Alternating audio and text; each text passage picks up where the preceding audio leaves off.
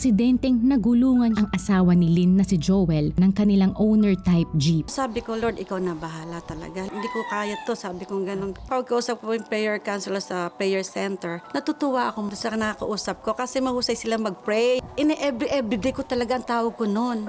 At naranasan ng mag-asawa ang kapangyarihan at himala ng Panginoon. Naging mabisa ang gamutan at nawala ang blood clot.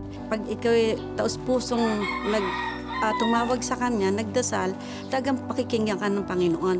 Lynn's story is a powerful reminder that when trials come, we are never alone.